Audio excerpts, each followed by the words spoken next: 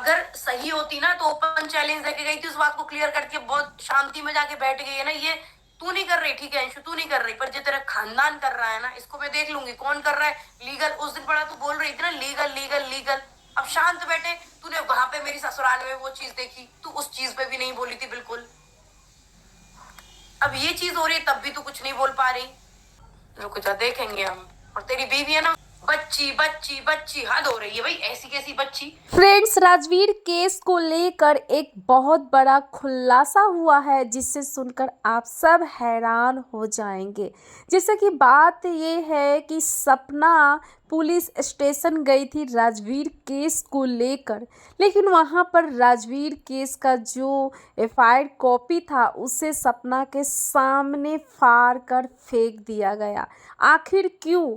आज एक बाप पे उंगली उठ रही है, क्योंकि बाप की जब करतूत आप सुनेंगे तो हैरान हो जाएंगे। वो ससुर जो पेशे से एक शिक्षक है, ज्ञान की बातें करता है, लेकिन उनकी जो करतूत है वो बहुत ही शर्मसार है। आप लोगों को बता दूं कि सपना ने ये कहा था कि मेरे ससुर जी मेरे पर गंदी नज़र रखते हैं, तब सपना के बात को कोई नहीं समझा था, बल्कि सपना पर ही लोग लालछन लगा रहे थे। लेकिन आज एक पत्नी 2 बच्चों को छोड़कर दर-दर भटक रही है, अपने पति को न्याय दिलाने की कोशिश कर रही है, तो यहाँ सारे फैमिली को सपोर्ट करना चाहिए था। लेकिन आज पर्दा क्यों डाला जा रहा है? तो अब ये सारी चीज़ समझ में आ रहा है कि ससुर जी क्या चाहते थे। कभी-कभी आज कलयुग इतना बढ़ गया है कि आज ससुर भी अपनी बहू को नहीं पहचान रहा है।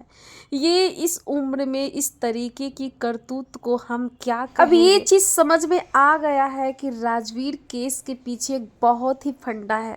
उन्हें जानबूझकर हटाया गया है रास्ते से, बल्कि ये इत्तेफाक नहीं है। आप लोग